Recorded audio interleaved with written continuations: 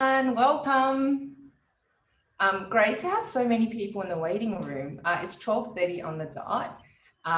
So we'll probably just wait for a minute just to let everyone in. I hope everyone's having a great day. And we're about to pop up a slide as well, a poll. We always love to see who's in the room, where you're dialing in from. And one of the questions actually today is, have you even heard about Thankyou? Because that's the company and a speaker that we're featuring today. So I know I have a friend dialing in from Canada, and it's like in Calgary. So hello to that friend.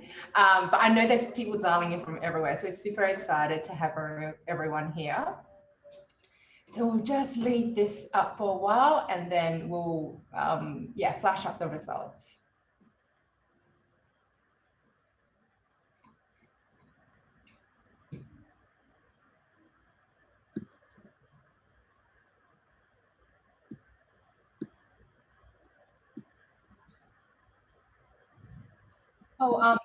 Bernice is our Zoom tech today, but I just realized it's coming up. The results are coming up already. Is the Australian Pete Yao from Thankyou, the speaker himself? And we've got people from Cambodia, Indo, lots of Singaporeans coming in, and others. And actually the chat box is open, so please introduce yourself. I think one of the great things is that this community of social entrepreneurs and the impact space is so great. Like, people are just so friendly, and so it would be great to just say hi, where you're dialing in from, maybe even just say, I'm from X organization, in case somebody's ever always wanted to talk to that organization. So use the chat box, please, to just intro yourself. And okay, we're 2 minutes in, and how many people do we have in the room? We have 21. Okay, I think I'm going to do my intro, and then we'll just leave the poll running in case for those people coming in. So firstly, good afternoon or good morning or good evening, wherever you're from. Thank you for coming to join our TBN webinar with Thankyou and Pete Yao, the Chief Impact Officer. For those who don't know much about TBN, or it's your first TBN webinar, we're basically a nonprofit based in Singapore, really about tackling poverty through enterprise. So supporting the social entrepreneurs, the ecosystem, with really making an impact for low-income communities throughout the Southeast Asia region. And so we do this by a couple of ways. We've got a training hub, which Wayne will talk about right at the end of the webinar. So if you're a social enterprise founder, or like you work in a social enterprise and you think, okay, I want to know more about this training hub, please stay back, and we will love to give you more information on there. We have an investors network that we're developing to really mobilize funding into social enterprises, community development, which is events like this, to really develop the social enterprise space. To do our part to help that, and an expertise network. So basically professionals, people who want to volunteer their time to help social enterprises and their startups or their companies, they volunteer through TBN as well. So that's a little bit about TBN, but we're not here to talk about TBN today. Actually, we're here to talk about Thankyou. And so today's webinar is about Impact Deconstructed, and we've got Pete Yao, who's the Chief Impact Officer. We're massive fans of Thankyou, and you can see I've got my Thankyou. This is a body lotion. And we've had the founder, Daniel Flynn, with us a couple of times. So we just really appreciate Thankyou for always being so open to speaking in our webinars and just sharing their experience. I think that's a great thing about this space, is just to share and to learn from each other. And it's constantly evolving. So I think webinars like this will always be there, because the space and just the learnings that we can share, the mistakes that we can learn from each other, so we do as little harm as possible in trying to do good. So I talked about the chat box, so please introduce yourself, say hi. But if you have questions, which I know there'll be lots of, we have a Slido. So if you can just take your phones out or just type it in into your computer and put your questions up. I know people have already put up their questions when you registered, but if I can just request for you to put it on Slido so people can upvote. Today's only 1 hour, so we want to get through as much as possible. So we want to get to the questions that lots of people have, have the same questions. So please put that through Slido and upvote, and I'll be looking at the questions when we come to the Q&A time. So we're going to start with basically 15 minutes from Pete, and he's just going to share everything about Thankyou, his journey in social impact, what he does as a Chief Impact Officer, and then we're going to spend majority of the time in Q&A. I do know that some of you have to leave at 1 p.m. on the dot because you have a work appointment, but this is recorded, so you can get access to this later on. And so now we're just going to have a quick look at the poll. We've got 4 Australians, 1 from Cambodia, hello, Indonesia, Singapore, Malaysia, others. And we have majority, I would say, oh, interesting. We have nearly equal amount or more people new to impact. And so I love that. I think one of the things at TBN, and it was part of my journey of learning about social impact, was just attending TBN events. So hello to all the new people who are relatively new to the impact space, and to all the social entrepreneurs as well. Now, Thankyou. 38% of people know them well. 25% have come across you before, Thankyou, and 38% have never heard of Thankyou. So this is great. So at least we know who's in the room. And for 9 people, this is your first TBN webinar. So welcome. And without further ado, Pete, take it away. It's all yours. Hey, thanks so much, Wen. And thanks for everyone for joining in on a Wednesday afternoon for us, might be morning for where you're at. And just a bit of background into myself.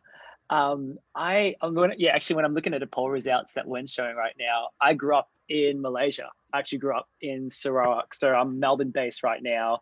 But I can see a lot of people from either Philippines, Cambodia, Indonesia, all places that I think over the last few years I've been able to visit for work. So hi to everyone.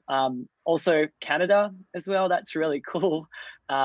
We have a lot of friends there in Canada as well. So thank you for making time. And I feel like today it's going to be probably a 10,000 feet look at how we do impact, how we give, how we operate as an organization, and look forward to then just having a bit of a fireside chat with everyone on some of the most pressing and urgent issues or questions that you want to ask. I can't guarantee that I have all the answers. I'm not sure that Thankyou has all the answers as well. But I think just the journey and the unique experience that we've had as a social enterprise may provide some context or may provide some insights that we're more than willing to share.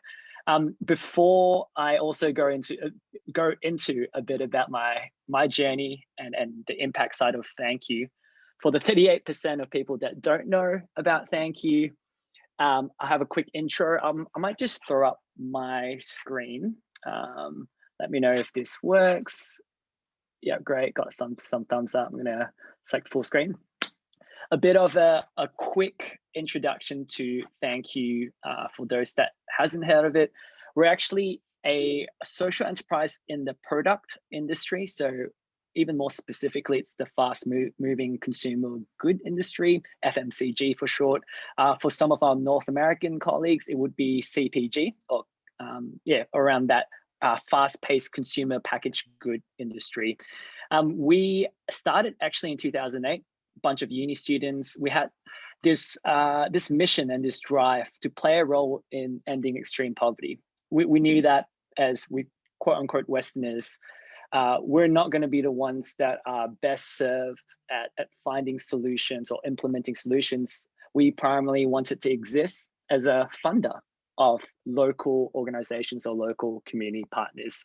So we started in 2008. We had this simple concept of looking at we think a ridiculous industry. It was bottled water, and taking all the profits from our bottled water industry in Australia and redistributing that into partners that were looking at fighting water scarcity issues or water poverty issues. That was the genesis of idea. We've evolved over the last 12 years to what you see right now on the screen. Primarily, our #1 product is our personal care range, and that's hand washers. So we're only based at the moment in Australia and New Zealand. Hand washes are, I think, the number 4 right now in total grocery category metrics. So we are also the number 1 brand in terms of customer loyalty. We haven't made it in any sense. This is probably the start of our journey, but I think it's taken a long time to get to where we are, and it's probably the first kind of insight that I'll share is, yeah, it takes a long time to build a brand, and it takes a lot of blood, sweat, tears, and I know that everyone on the call has probably experienced that, and it's no overnight success. So it's just to reiterate the point that, yeah, we haven't made it, we have some success, but it's an ongoing journey that we have in front of us. So that's a bit about our journey, about story, something that then makes us really unique, and something that I think differentiates us apart from our peers as a social enterprise is our unique drive and vision of ending global poverty. We're obviously joining the global SDGs in this. We're not alone. We're not the pioneers of this movement at all. And we play a small role in it. But the role that we play, we feel is really important. At the moment, don't know whether you know the stats, 736 million people, so that's 1 in 10 of us are living on less than $1.90 a day. With the COVID shutdowns, I know a fair bit of people actually are involved in this space, but there's predicted to be over 100 million more people going to extreme poverty. And it's probably the first time in the last 22 years that extreme poverty rates have not decreased, but have increased. So we're at a really unique time. And probably anecdotally, we're hearing a lot of our partners just saying, as the world's economy is shrinking or it's sort of stopped growing, it's really felt, or they've really felt it within their funding sources drying up. And so at Thankyou, we feel like we have a pretty important role in redistributing wealth from industry that normally isn't very charity focused at all. You know, it's shareholder aligned, it's shareholder driven.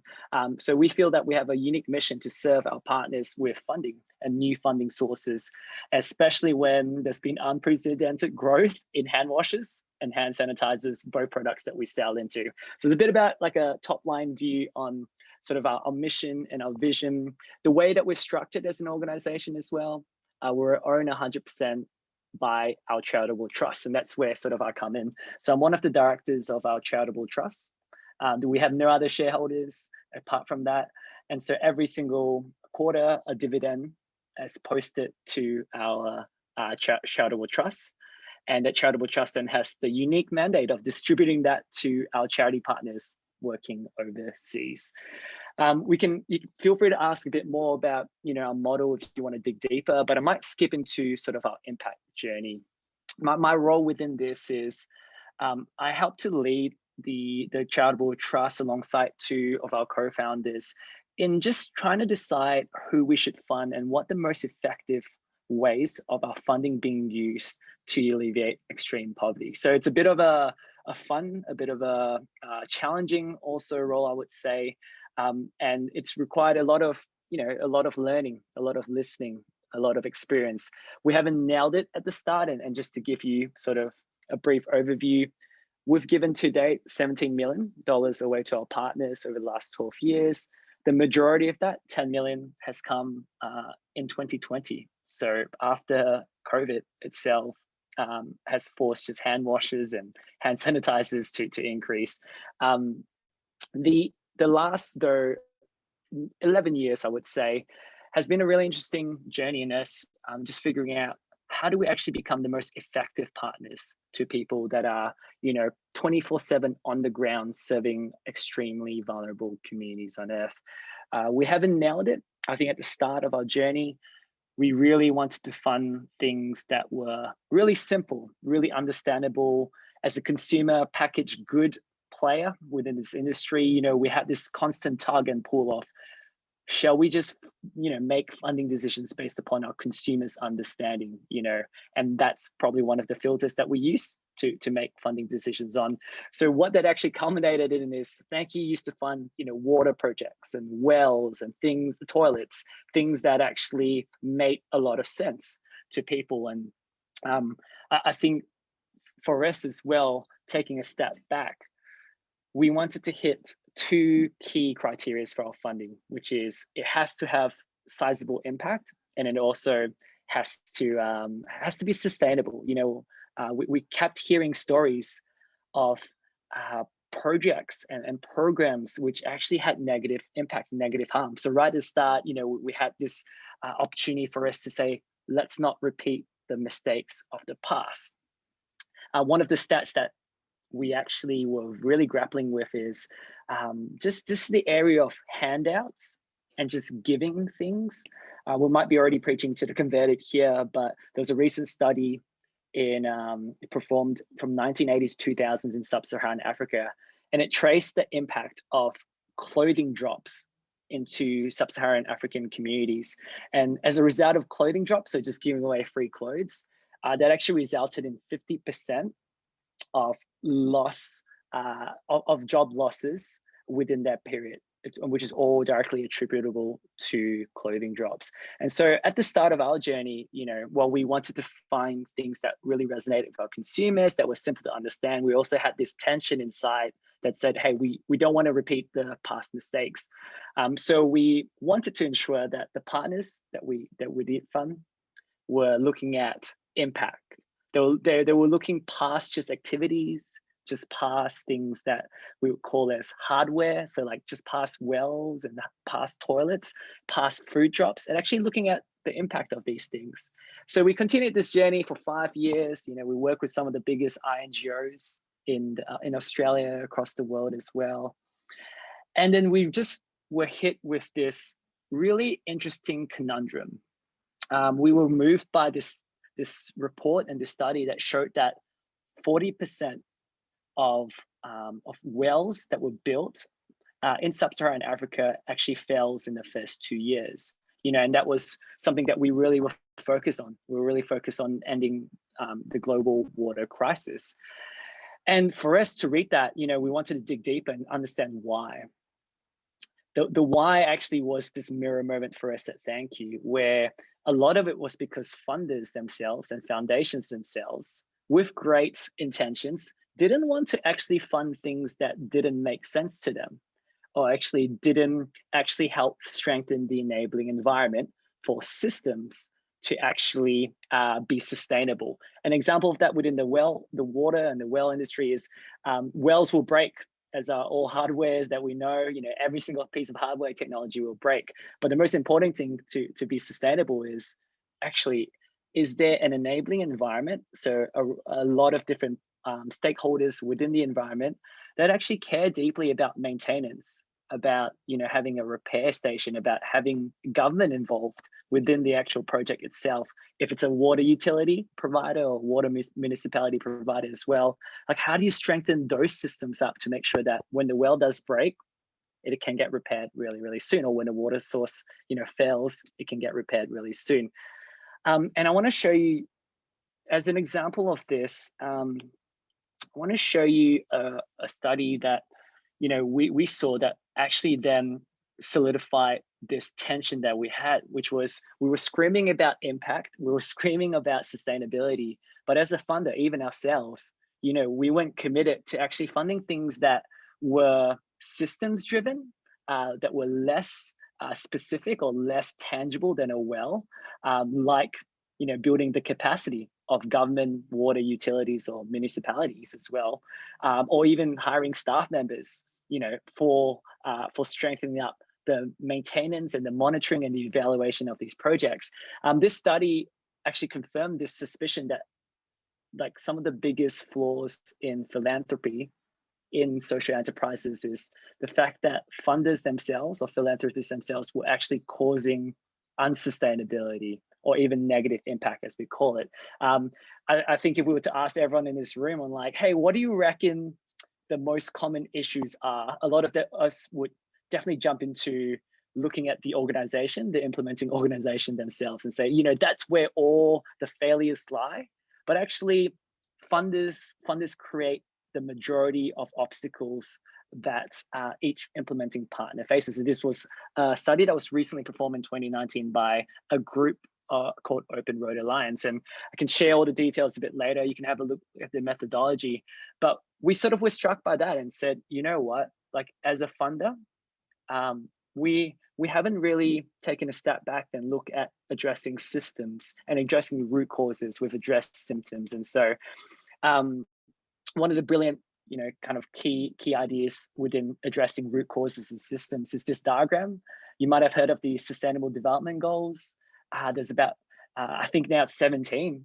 But there was a study also that showed that actually they all interrelate like a system, and they all actually are really intertwined. So they can't actually be taken, as one singular approach, because, affecting zero hunger actually does depend on water scarcity and looking at, the water and agricultural produce, which then affects education and then affects gender equality. And there's all these different interlinkages as well. And probably what we were doing as a funder was, hey, let's look at the top level. Let's look at the systems. So symptoms, sorry, not the systems. And let's just treat that and then kind of walk away. But I think it's this realization that in order to be truly impactful, truly sustainable, we have to look at the system and look at root causes as well. So right now, as of today, we've given away $10 million. We've built this theory of change, which is a working hypothesis to address like what is the change that we're trying to seek. And the working hypothesis is we use the social enterprise model. So that's, usurping the wealth from consumerism, giving it based upon a trust-based philanthropic model, which is unrestricted funding. And it basically looks at funding partners versus just singular projects. And then just really looking at impactful partners as well. So looking at partners who are actually serious about monitoring, evaluation, have really great financial stability.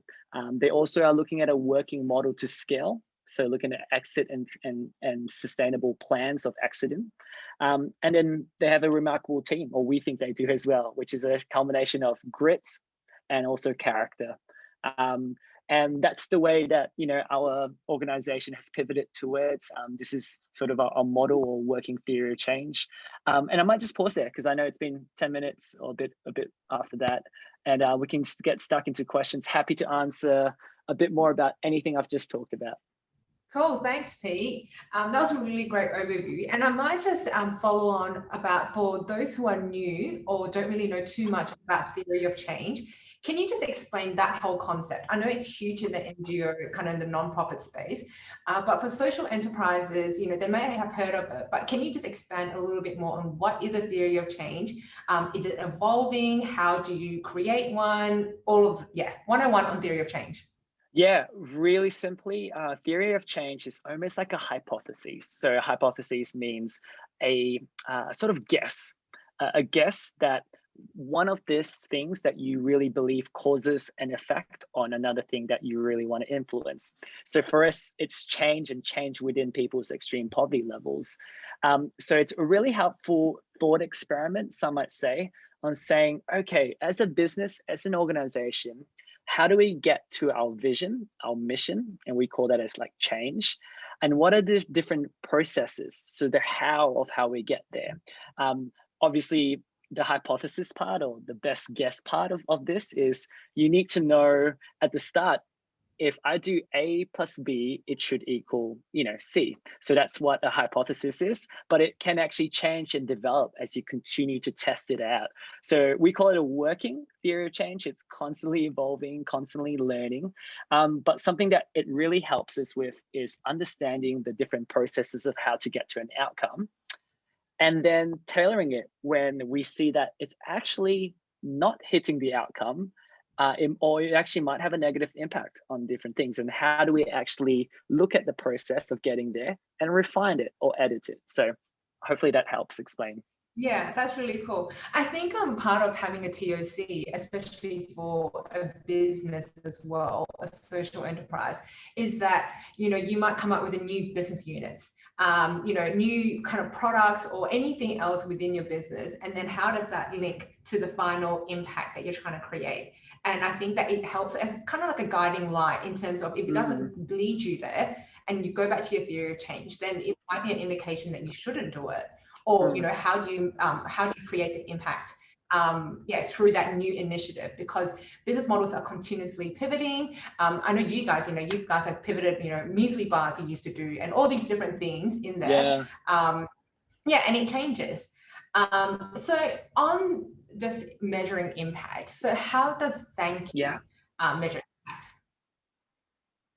Yeah, so for us, from a commercial perspective, it's obviously key indicators of success, like profit, our percentage it goes, and we call it revenue, expenses, so all the normal social enterprise metrics, I would say.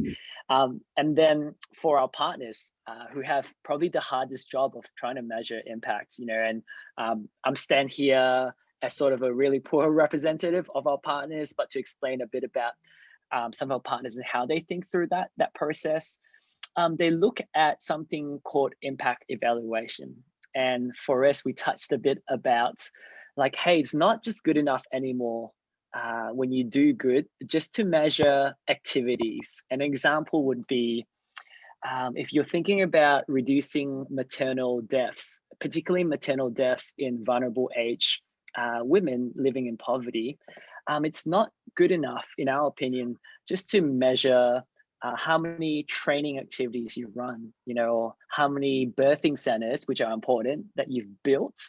But actually, as a combination of all these different activities, having an evaluative methodology, which is probably a big word for saying, hey, there's a way to quantify the specific impact of all these activities into this outcome of reducing maternal mortality. And we can geek out on that. There's a couple of different resources and books that our partners use. The gold standard in being able to measure the link between activities to the actual impact is called an impact evaluation. And there are many impact evaluations out there. The most common is a randomized controlled trial. I might stop it there. It might get a bit too full on, but there are ways to really assess a partner's activities and attribute it to the actual outcome with a confidence level of, let's say, 90% or 95% as well. So I think I might stop there. That's probably my background as well. Like I'm a bit of a impact nerd, as you say, and that's part of my role of just really looking at our partners doing sort of the job that they set out to do. Yeah. And I think maybe we can touch on negative impact, because I think being an impact nerd is needed, because how do you, and then so I've got two questions. So one came through Slido is, how do you calculate negative impact that you're making? And is there a way to limit that? So that's the first question. But the next part is, how do you become an impact nerd? Do you have books, websites, all these things that maybe there, and then it's resources that maybe people in the room aren't aware of. So maybe the negative impact first, and then how do you become an impact nerd? Yeah, I think for once again a business, one of the key things, and I saw someone actually from Philippines mentioned GHG, so greenhouse gas emissions.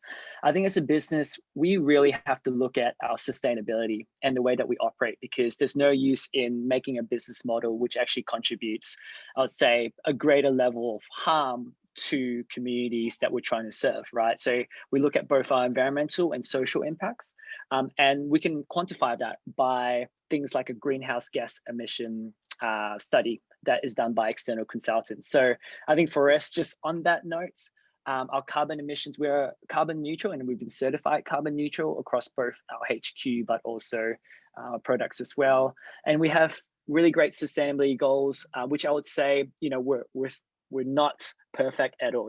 We're growing and we're learning, and we're trying to make, some really great decisions and tough decisions. And a couple of examples of that is we stopped bottled water in operating in Australia. We thought single-use plastic in that industry was really silly. It was one of, an industry that's continuing to grow. So it's not like it was unprofitable, but we made that choice to really mitigate our environmental impact there.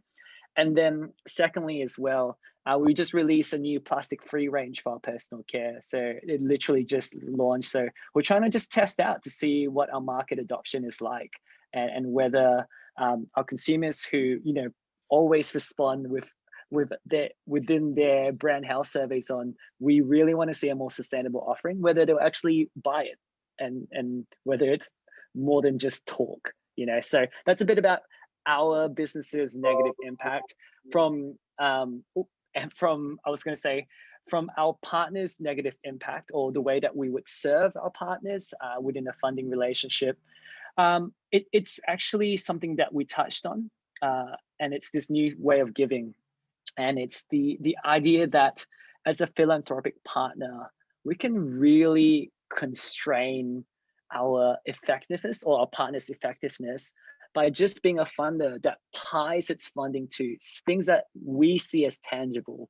And I keep harping on the point, right? But you know, there are a lot of funders out there that would just fund things that make sense to them. So when they look at an issue, you know, they can think, oh my goodness, like reducing maternal deaths once again in a rural country.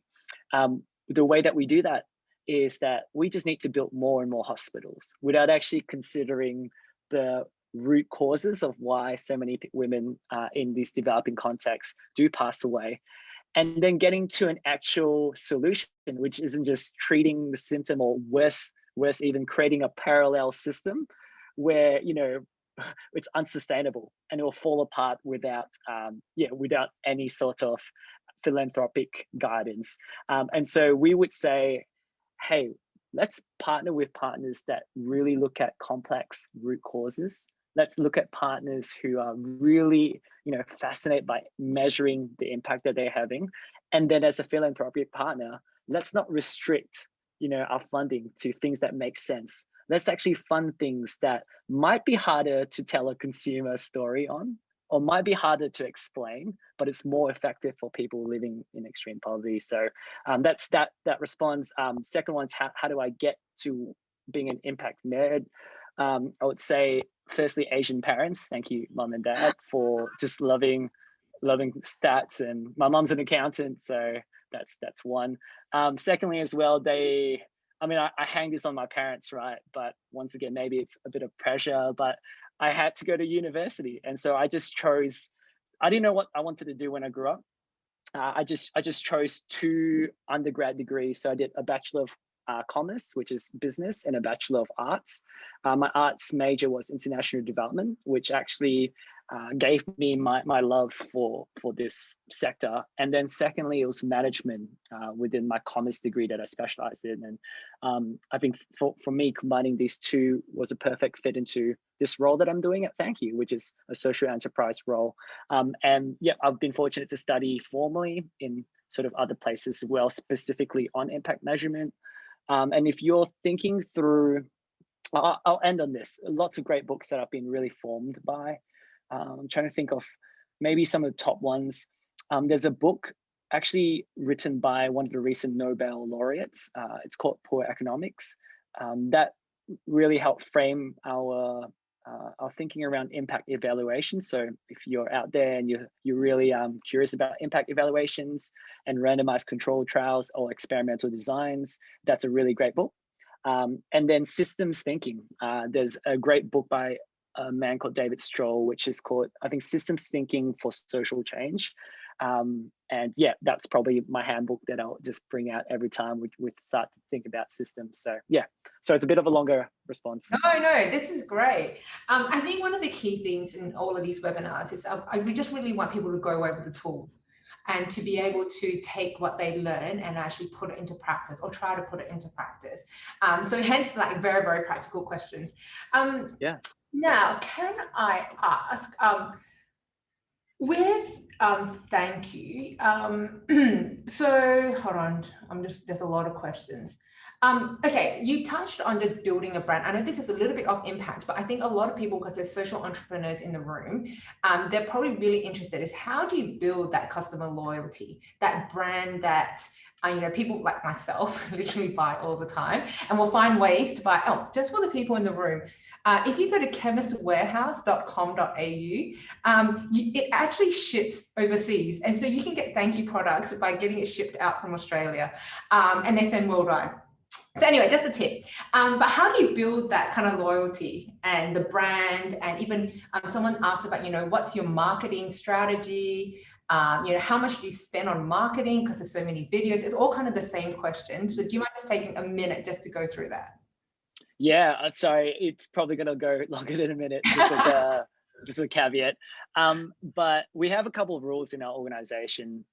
The kind of first rule is make a great product, and second rule is never break rule number one. And so for us, we're really obsessed with product. And so what that means is we put a lot of time, energy in firstly resourcing this area of our business where the look, the feel, the product quality has to be better or at least on par with our competitors. That's the number one thing. Like I feel maybe in your world, charity products, they don't sell as much. Maybe they might sell better in seasons, whether it's Thanksgiving or whether it's Christmas or whether it's Chinese New Year, because there's this element of like, hey, we want to give a once-off gift. Let's try and do some good in our once-off giving. But then during the course of the year, charity products sales decline. For us, we never saw ourselves as a charity product or charity brand. We were sort of a product that served its customer purpose first. It looks great, it feels great, has high quality natural ingredients, and that's our strategy. It's not rocket science or formulas. And then in terms of that customer loyalty, we think our secret sauce is this whole 100% model that we're owned 100% by a charitable trust. So we're not just talking about social change. We're not just talking about a give back campaign that lasts for one season.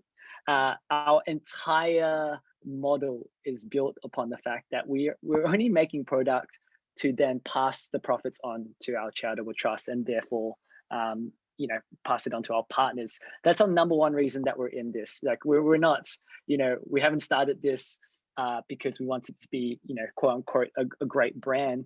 We just saw a need within the extreme poverty landscape, and we really felt that we could, contribute in some way to grab some of the money that's already in these markets and just transfer it across there. In terms of sort of our marketing strategy, we think our consumers actually they actually buy into our authentic message and our authentic 100% model, and that really differentiates ourselves from our competitors who actually have began to start releasing cause-related products or cause-based marketing as well, where they go, hey, we can see straight through that. And I think for Gen Y, Gen Z, a lot of people who are looking for purpose, they can see straight through the veneer of purpose and authenticity. And yeah, I think our ownership structure really helps to add that credibility. So yeah, I mean, once again, I haven't even touched on maybe some executional marketing stuff that we do. Maybe a quick reference point for everyone that's out there is please have a look at our website, thankyou.co. You can see past marketing campaigns. We do like to create movement. So how do we movement build?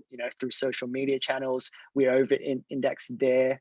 And yeah, we actually act on a lot of our partners' goodwill as well. So we have partners who own billboards that really, this resonates deep within what they want to do in life and their purpose and meaning. And so they've given us ad space for free. Same with TV as well. Same with a lot of different other marketing channels. So because we are, social enterprise, a lot of our partners have actually been able to help us in that sense amplify our marketing message. So yeah, I think it talks to the authenticity with a brand that resonates with a lot of people.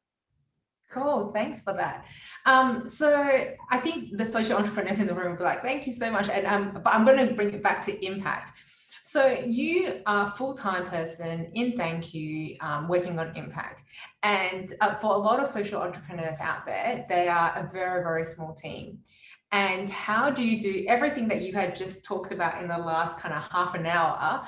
There any kind of practical tips? And I mean, even yourself, do you have a whole, like someone asked you, how many people are in your team?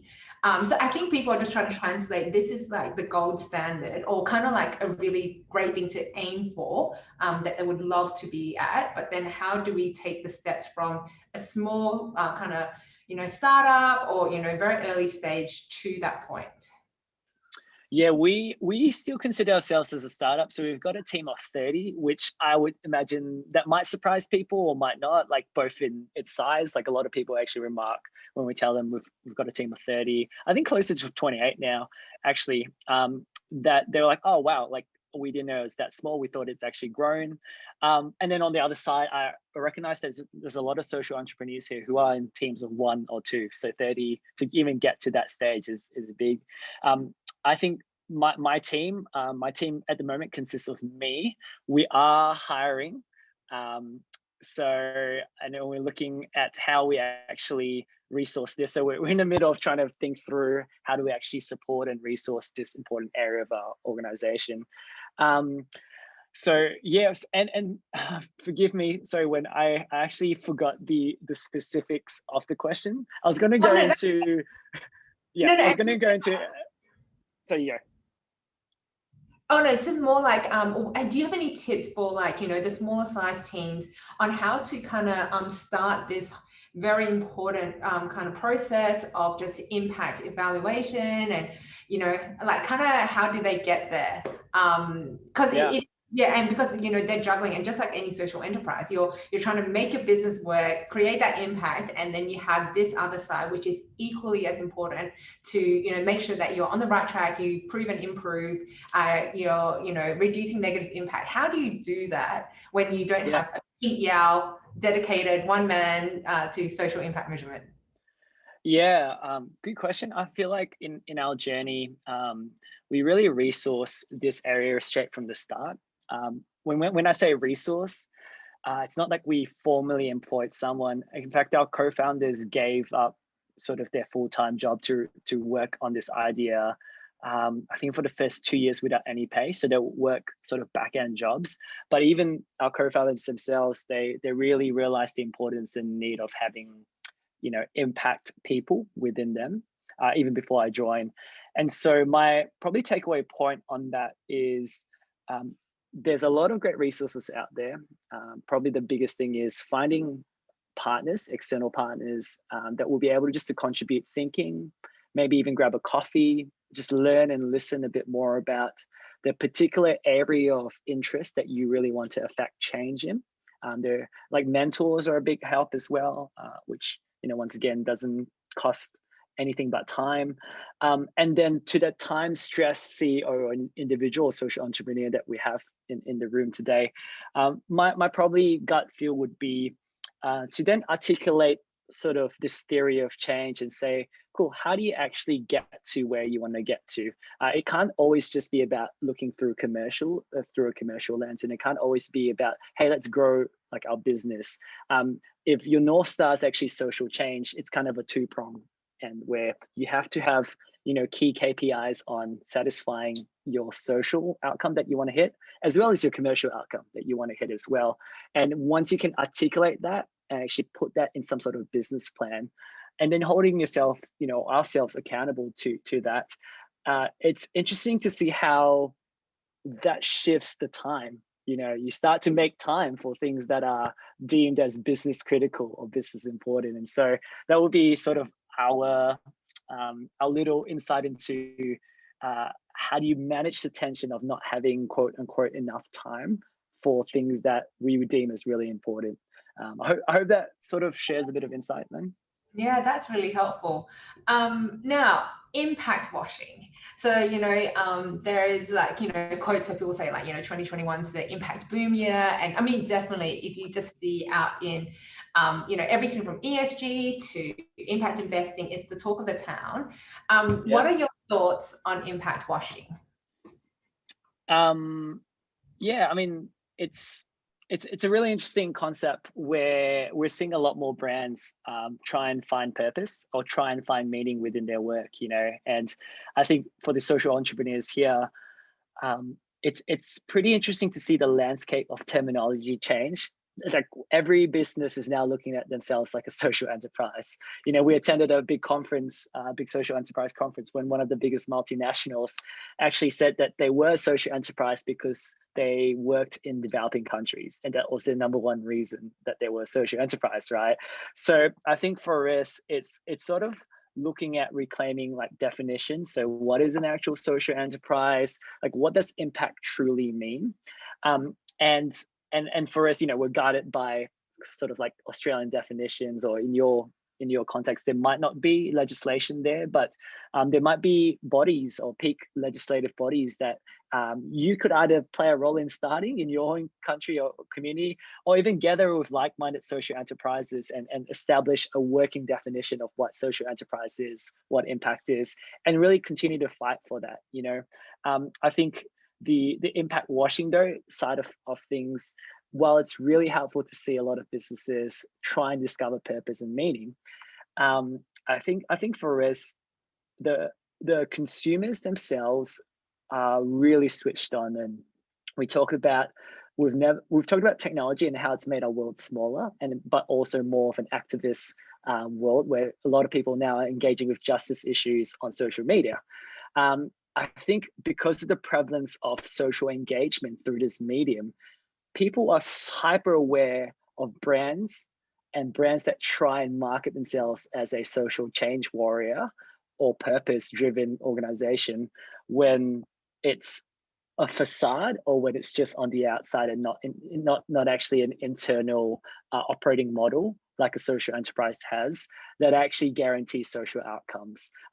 It's almost like a business that's trying to paint on the exterior purpose or sort of mission alignment. And I think consumers are really switched on in that sense. So I think for us, we're going to do what we're going to do. We're going to be really laser focused on our mission. And if other organizations are influenced, however they're motivated, we think it's a good thing. But we also think that consumers can choose a brand or choose social enterprises where they can actually see the true, authentic, like social enterprise model or purpose. Yeah, great. Thanks for that, Pete. We had two questions that came up in the registrations and both to do with COVID. So I thought it would be great to ask. Yeah. Someone asked, what are the upcoming trends in the next year given the COVID restrictions? Somebody else asked, how has COVID affected the social impact climate around the world and what's the way forward? Yeah, from a business perspective, I mean, a lot of people are trying to predict how do we get out of this economic recession that's hit us. We actually read a study by a really great group in New York last year in March before, we could actually really feel the effects of COVID, which just mentioned that COVID, a lot of people are viewing it as the analogy is a snow day, just a day where, I'm not sure whether people here people have experienced snow before, but in Australia, in parts of North America, Europe, etc., there are like 4 seasons, and there is just this almost environmental weather pattern that emits snow, right? And it could go for a day, it could go for a week, depending where you live. So a lot of people were actually seeing the effects of COVID like sort of a snow day, a snow week. A lot of people were choosing to see it as a season, so an entire winter season. And their contention though is actually, this is more than just a season. It's almost like an ice age that will hit us. And this was in March last year, and their words proved to be true, where the effects of the pandemic will be felt not just for a day, a week, a month, a year, but many experts are saying it's 5 to 10 years if best case scenarios play out, right? And so for us as a business, our mission's still the same, our vision's still the same, but how we get there has changed. The entire operating environment has changed, and I think the contention once again from this article is that every single business, whether you're large or small, has just become a lean startup. It's just become a pilot and pivot model. And so we see that as something that is a trend where a lot of businesses, while who they serve, what they serve doesn't change, how they serve is radically changing. So that's kind of one insight. Another insight is that in terms of an impact perspective, we're just starting to see the really horrific results of COVID. So not just from a health metric perspective, but an economic perspective. So there's going to be more need. Our partners are going to need more funding as well. And there's a giant gap as well between funding and the need, where a lot of funding partners we've seen are actually closing shop, because a lot of their donors or a lot of their partners aren't able to give anymore.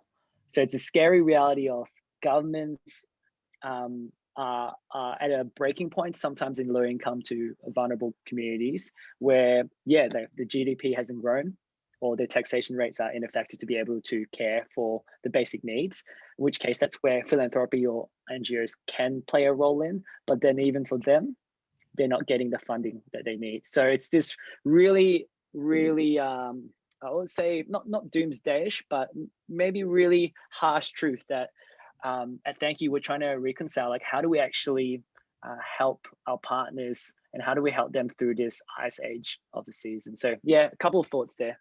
Cool, thank you. Very insightful. I think for all the social entrepreneurs in the room, I'm sure there's been a lot of nuggets that have come out. I think for those who don't know Thankyou, I'm always doing a plug for them. So Pete, I'm going to do a plug, hold on. So there is a book, and if you want to learn more about Thankyou, Daniel wrote this. How many years ago, Pete? A couple of years? 2016. So that's when we first, Yeah, and how much did you guys raise from selling this book again? I keep forgetting the number. 1.5. Yeah, so we ended up selling $1.4 million worth of books in the first 30 days. We had a 1.2 target to reach, and that money is being used to help further our growth and expansion. As you know, we have a 100% model, which makes it really hard to grow and scale because there's no one injecting. Yeah, I mean, we can, but we're not an attractive fundraising source because it's just angel investors, right? Like, people aren't going to get returns on investment. So we actually thought creatively about how we actually fundraise for the future. And so we have a book that we wrote, and it's a pay what you want book. But it shares a lot of our secrets to how we market, what our story is, what does true authenticity look like. It's all found there. It's called Chapter 1. We hope to write more chapters as we keep growing and extending. So yeah, there it is.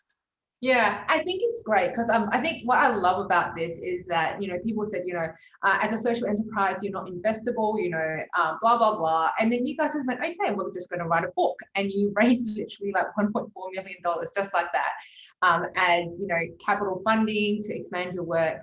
So I love these kind of really innovative ideas, and you can pull it off. And I think that, like, as an encouragement to all the social entrepreneurs in the room, every time I come out of a Thankyou talk, kind of like my box, the sides collapse, and you start thinking more widely and just thinking about different ways. And that's what I just love about what you guys do, and hence I'm a huge fangirl. But I just want to actually probably just stop there, because we could probably talk forever, Pete, and there's lots of questions, but we're going to put a poll up because I want to see who in the room wants Thankyou to come back. This is just a hint, nudge to Pete. But we would love to get your feedback on the session and how to improve. And also, if you have ideas or just topics that you guys want covered in future webinars, please write into us, because we will be happy to keep bringing on amazing speakers and doing this, as long as it really meets a need, and this is what people want to hear and want to learn about. So please give all your feedback in there. But Pete, is there any kind of like just last words from you as an encouragement? You finished off on COVID, and just any encouragement to the social entrepreneurs in the room who are probably doing it super tough at the moment. So any advice, gold nuggets, or just any parting words that you'd like to say? Yeah, there's so much. I think maybe not to sound cliche, but repeat sort of an old adage, is the fact that we can't do this social entrepreneur journey and a social enterprise model on our own. And so the encouragement to everyone in the room is, find your support team, find people around you that champion you on, that can offer wisdom and insight as well. Our startup journey was anything but glamorous. If you want to read the book, it was failure after failure after failure after failure, and we're really honest about that. It's a really hard thing to start something up. But something that just kept us going was people around us, whether it's mentors. And surprisingly, I know cold calling, or I know writing someone a LinkedIn post to someone that's inspired you may sound daunting, but there is a lot of connections that we've made just by reaching out and saying, hey, my name is Pete. I'm from this company. I have a really interest in that. Would you consider having a 30-minute coffee conversation? I would love to ask you some questions, and some of the relationships and networks that we've, sprouted as a result of that has really helped champion and encourage this on. And so, yeah, once again, just to repeat something that I think everyone knows, but it probably never gets overemphasized enough is don't do this journey on your own. Please don't. And potentially that's why you've got amazing people like Wayne and Wen and Bernice from TBN as well, who put on facilitated projects like this to help encourage, help share everyone's sort of struggles and journey together. And then also maybe have some insights in moving forward or helping shape thinking as well. So yeah, find those people around you. And yeah, I think it's really important.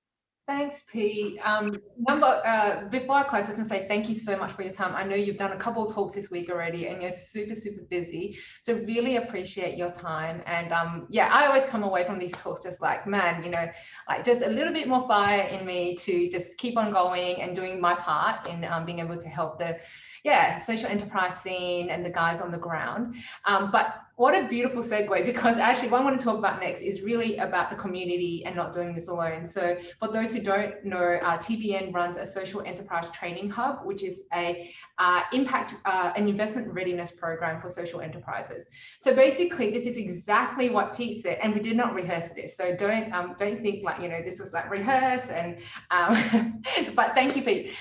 It's really about putting mentors, coaches, business, men and women around the social entrepreneur in their journey. So it's very much a founder kind of focused program, and of course on the business as well. But it is a lonely journey for any startup, and trying to do it with a social mission, working with vulnerable groups, or the road is tough. And what I love about the TBN program is people with all heart and the skills that come around these social enterprises and just journey with them for like 6 months. So the good news is that Seth is actually having their 3rd cohort coming up. And so if you want more information, please get in touch with Bernice, Wayne, go by our website, and just let us apply. It is only $1,000 for the whole 6 months, and you get amazing coaches working on your pitch, helping you, even we have life coaches that will journey with you for that period. And the current cohort number 2 is actually in the room. So yeah, we really hope that more people will come join us, because this is why we're here. We're really here to support enterprises. And so lastly, just thank you for the survey, the feedback, and we hope that this time was really valuable. But if you we've got a couple more minutes. So if you want to turn on your camera and just talk to Pete directly, you don't have to go through me. I'm not like a wire, I'm not the telephone line, straight to Pete. But let's just have an open session now. If anyone wants to say something, please do. Or is everyone really shy? Nope.